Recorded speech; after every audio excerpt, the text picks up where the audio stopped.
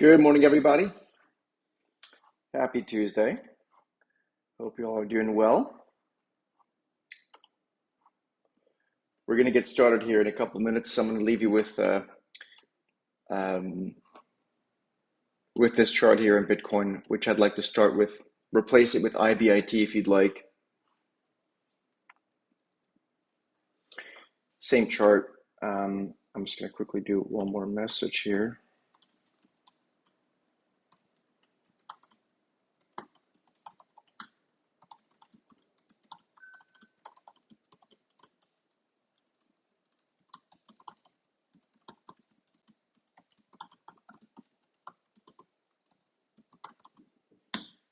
Okay. Very good. Can you all hear me okay? Just a audio test as usual. Yeah. Very good.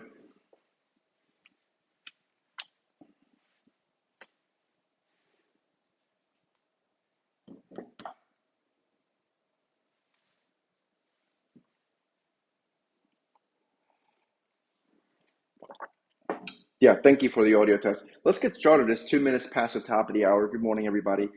Serge Berger here from thesteadytrader.com. We were very busy with internal meetings yesterday and this morning, and I'm going to be back on the road. And we are looking forward to a very exciting few months here at thesteadytrader.com. You guys can look forward to a lot of really, really good stuff that we are working on for all of you. If you're here for the first time, my name is Serge Berger, again, thesteadytrader.com, and what we're doing here with our morning show is spending the next 10 to 15 minutes going through some of the most important things on my notebook. So if you want to take out a pen and a piece of paper or take a picture with your phone on stuff, obviously that works as well. If you are here for the first time, please make sure you subscribe to the channel. That way you're updated in real time when we go live with our analysis. And also please give us a thumbs up like on the video. As always, that allows us to be able to continue to do the show because the algorithms then pick it up. So thank you for that in advance. Top few things on my radar this morning. We have to talk about what's going on in the crypto world. Obviously, we're not just crypto people at all. It's just one asset class, right? But I think yesterday's move was telling of where we are. We've talked about it for the past few weeks. You know, the further injection of global liquidity, which I'll talk about in a second, is probably what's behind some of these moves in the Bitcoins and Ethereums of the world, or the ETFs thereof. We'll talk about those. We've got some targets maybe that might be interesting. That's number one. Number two, we'll talk about just quickly an update on the equity markets. We'll actually do that first, so reverse that. We have to continue talking about silver and some of those things, and there's a couple individual stocks as well. So that should take us about 10 or 15 minutes right after this. If you are a market rover or Inner Circle member, we will see you in about 15 minutes from now at our weekly member session, and after that we'll be in trade ops. I'm going to be finishing off some internal work with the team here this morning and then have to jump on a couple of flights, but I'll be chiming in as much as possible in trade ops this morning. That's our members HQ. So let's get started. Again, as I said, we will get to Bitcoin and the ETFs in a minute because they are having meaningful moves. Let me just quickly start off with our daily reminder of where the performance is year to date. Most people are still very much stuck in US equity tech land, but probably are increasingly getting disappointed because the moves there simply aren't there. If you look at this chart, this is just our reminder that we very much believe we're going into an era of diversification, which is to say that we believe the era of the Mag 7 leading the market for the past 15 years is very likely over. That does not mean that we need to sell those stocks or short them. It just means we need to rebalance in a meaningful way. Most people are not listening to this right now. I know that for sure. Most people will not do that until those stocks are either not doing anything or are down. That's just the nature of how people are, but I just want to continue to reiterate it here so you know where we stand on this. This is very important for investment portfolios and also ultimately maybe from a trading perspective. But if you look at this chart, you look at those two the red and the orange line at the bottom right-hand corner, that's your S&P 500 and the NASDAQ 100, and it's also even value stocks. So, for example, the VLU ETF. The reason I put this on there is to show you that it's not just tech stocks that are kind of, and the S&P thus and the NASDAQ that's lagging. It's even US value stocks are quote unquote only up 2.78% on the year. We're now at the halfway mark for the most part of the year. So we'll see what the rest of the year brings. We might have a good second half. That's entirely possible. I just want to remind people that the performance has, at least so far, not been there. The performance has been pretty much anywhere else. Germany is up 33% on the year. Silver is up 27%. Gold is up 26%. Copper up 22%. And of course, Bitcoin is really starting to make a move in Ethereum as well through the lens of the ETFs there. I also want to quickly remind you, as a housekeeping note, on Thursday, we're doing a very important update on our thesis for copper and other materials, so you will want to join that.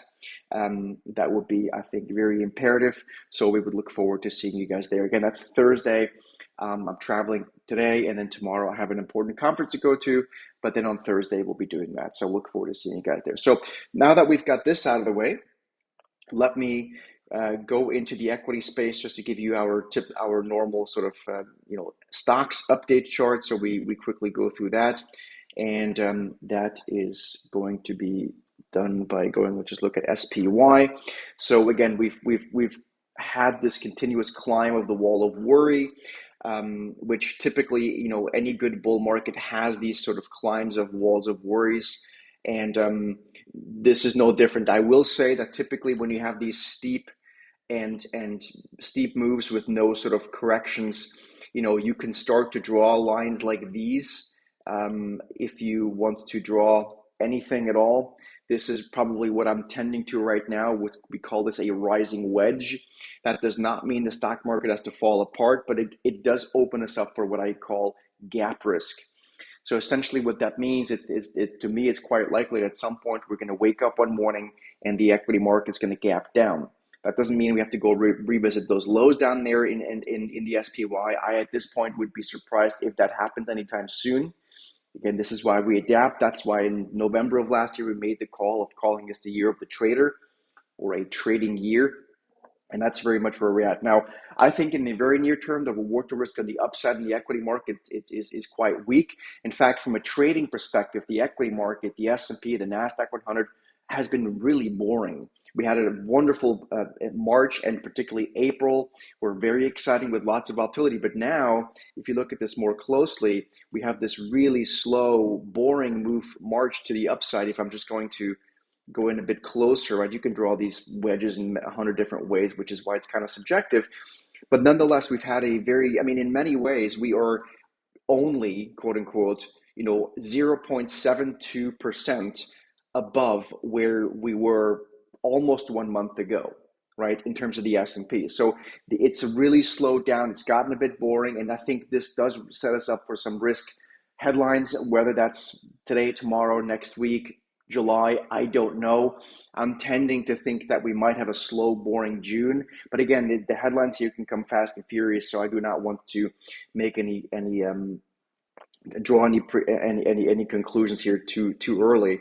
So that's what's going on there. Now, again, in terms of performance, this is important as far as I'm concerned. We want to continue to watch where's the performance at. So, we've been talking about this silver trade. If you guys follow me on YouTube, obviously, if you're a member, you know this. If you follow the YouTube Shorts, I've been talking about this move in silver, which continues to work, and we're starting to see this move accelerate. Now, again, this is silver. It is going to be volatile. I would not be surprised in the least if we had some sort of a mean reversion move here. It's always possible.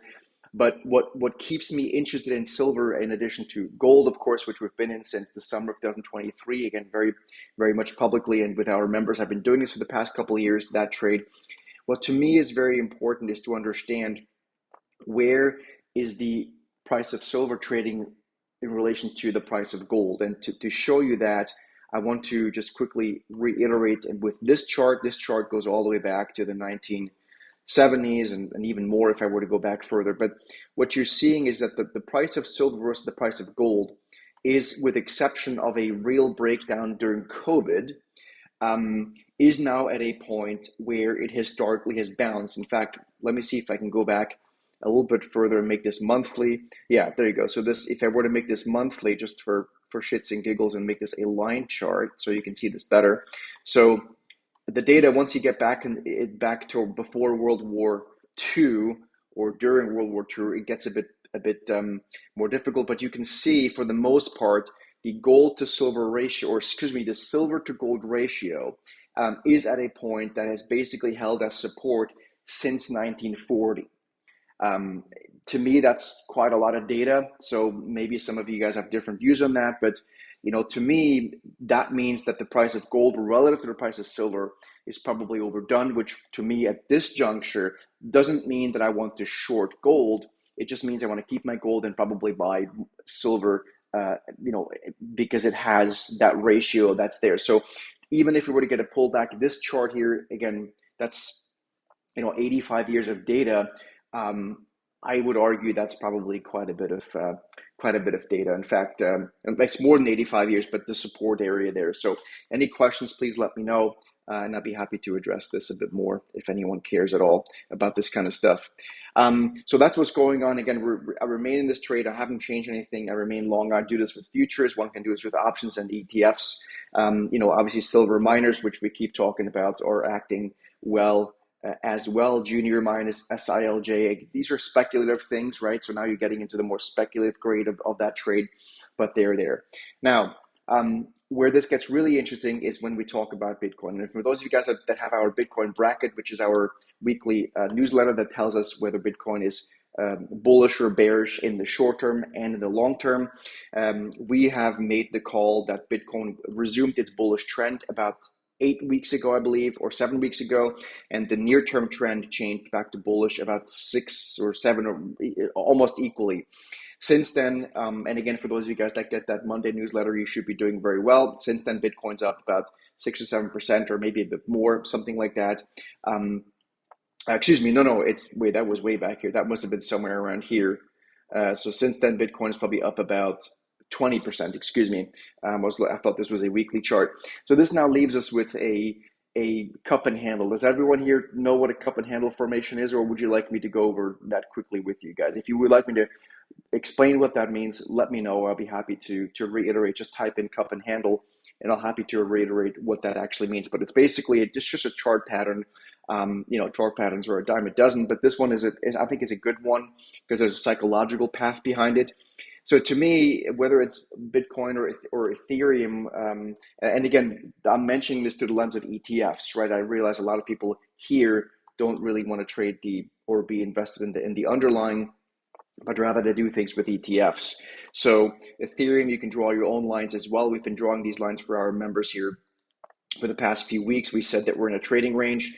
And basically today, if it were to close here, Ethereum's actually breaking out of this range.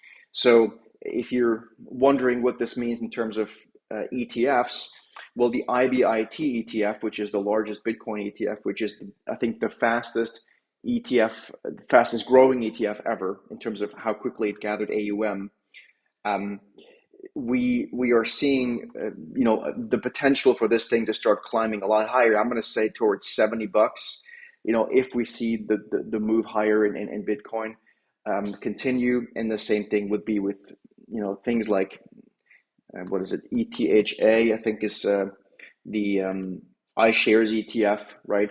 Would also be one I would watch very closely here. Again, I think this one here would be, we want to take this sort of at 5 or 10% increments. That's typically what I found, that these assets, these are very volatile, right? They kind of tend to respect those sort of 5 to 10% increments. So that's what I would do here. So it sounds like everyone's good on cup and handle since there's no questions on that. Let me see if there's another. I had a couple more points I wanted to make. Oh yeah, yesterday we talked about the setup in Shopify.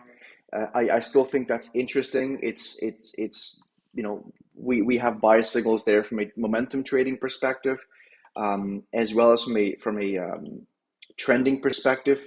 So we think that this is something that could continue to work to the upside. Again, we do think Shopify has a break above one, just the obvious level there around 112 or so, and then maybe we can see it accelerate back towards about 130. So it hasn't happened yet. We put it on people's radar yesterday, and here it is again for you guys here today. So I think for the most part, what we're seeing as far as the tailwinds in risk assets, this is largely a function of a couple things, but one thing that type it in properly.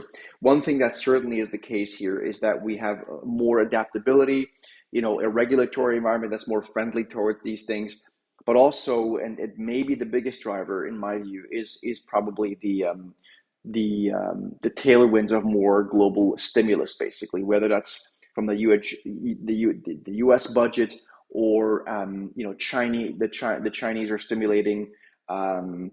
Or again Europe, and so there's a lot of liquidity in the global system, and that will find itself into more speculative assets. So Bitcoin kind of has all of those things going for itself right now. Again, just to be clear, there's a lot of fraud out there. There's a lot of people pretending to be me. There's a lot of people pretending to me being some Bitcoin guru. I'm not.